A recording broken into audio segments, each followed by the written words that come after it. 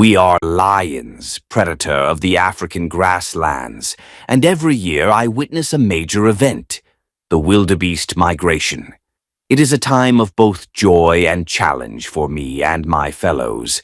When the rainy season ends, the lush grasslands dry up, and the wildebeests begin their 2,000-mile journey. They follow the call of fresh grass and fresh water, the essentials for survival. The journey is not just a journey, but a fight for survival. Hundreds of thousands of calves are born, and many adults die. But despite the dangers, they continue on as if they were destined thousands of years ago.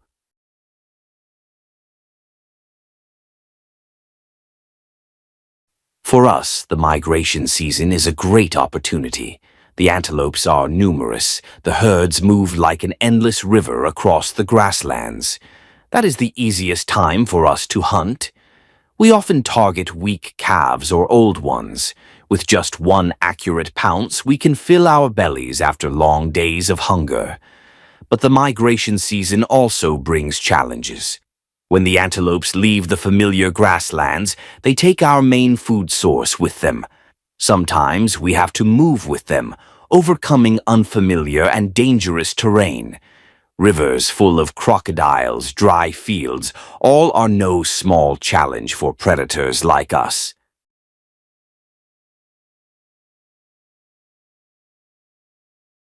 Wildebeests, despite their clumsy appearance, are fascinating creatures. With their heavy heads, curved horns, and awkward postures, they resemble comedians on stage. But don't let their appearance fool you. They are very alert to us. When we approach, the slightest noise can send the herd into a whirlwind.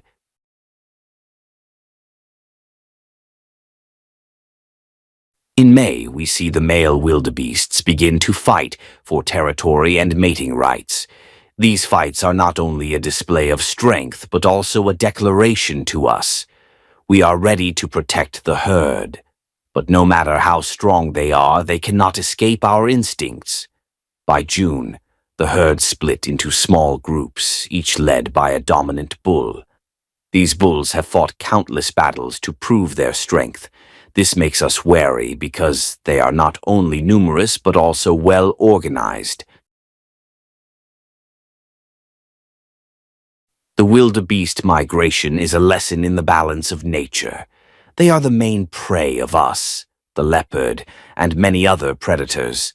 But their huge numbers ensure that nothing can diminish the herd's existence. On the contrary, our hunts help to eliminate the weak, so that the herd becomes stronger. As summer sets in, the ground cracks, and more than 1 million wildebeest leave the arid lands of Sengi, kicking up dust across the grasslands. They head north, through the scrub forests, in search of green grass and fresh water.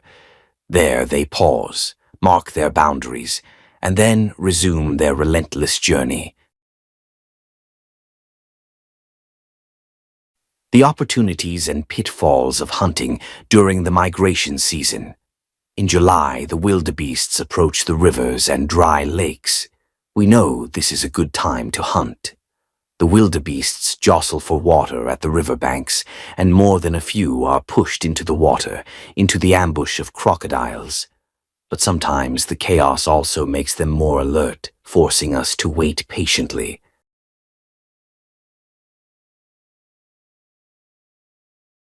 By August, storms in the mountains fill the rivers, creating torrents that block the migration route. We see the antelopes plunging into the water, the weak ones swept away, others stuck in the mud, never to rise again.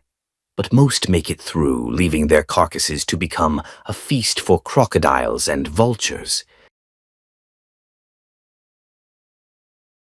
In September, the grass on the grasslands withers under the scorching sun, then bursts into flames, filling the sky with smoke.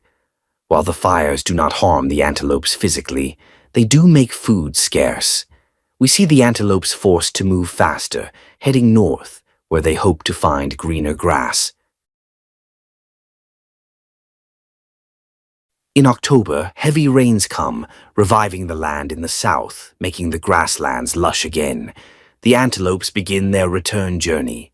But unlike when they set out, they no longer travel in large herds, but instead split into small groups, covering the ground. We also see antelopes that are unlucky enough to suffer from circling disease caused by maggots from flies that enter the brain.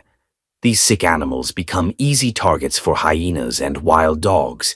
It is the law of nature. The weak never survive. The journey of life and death. The newborn wildebeests have to learn to run after just a few minutes. But on the return journey, they face the risk of losing their mothers when crossing large lakes.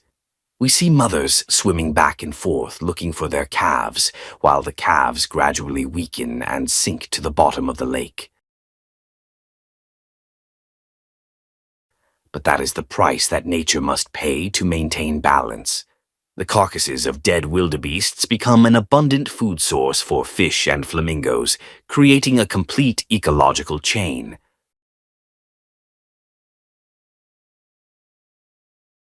Finally, in April, the wildebeests return to their starting point. They have traveled thousands of kilometers, leaving a deep mark on the land and in our minds.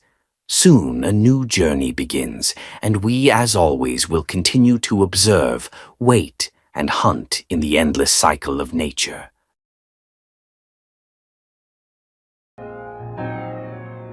Every year in the African grasslands, one of nature's most magical things takes place, the wildebeest migration season.